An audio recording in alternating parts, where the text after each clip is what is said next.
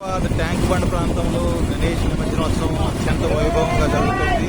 వినాయకుడిని ఎక్కడికక్కడ ఏర్పాటు చేసినటువంటి క్రేన్లతో లిఫ్ట్ చేసి హుస్సేన్ సాగర్లో నిమజ్జనం చేస్తున్నారు.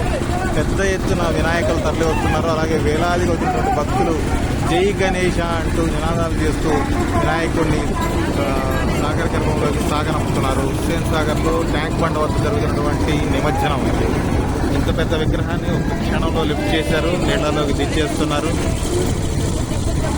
హైదరాబాద్ హుస్సేన్ సాగర్ ట్యాంక్ బండ్ ప్రాంతం.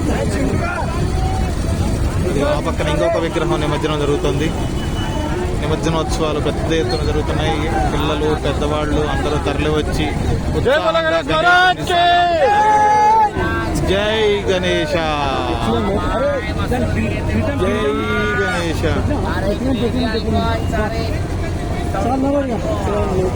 జై జై గణేష. నిమజ్జనోత్సవానికి సంబంధించి ఇక్కడ సందడిని మనం చూడొచ్చు. అక్కడ ఆ విగ్రహాన్ని లోపలికి నీళ్లలోకి వేస్తున్నారు. ఆ విగ్రహం విడిపోయింది. తర్వాత ఇంకొక విగ్రహం కూడా దించుతున్నారు. ఇప్పటికే నిమజ్జనం చేసిన విగ్రహాలు ఇవి.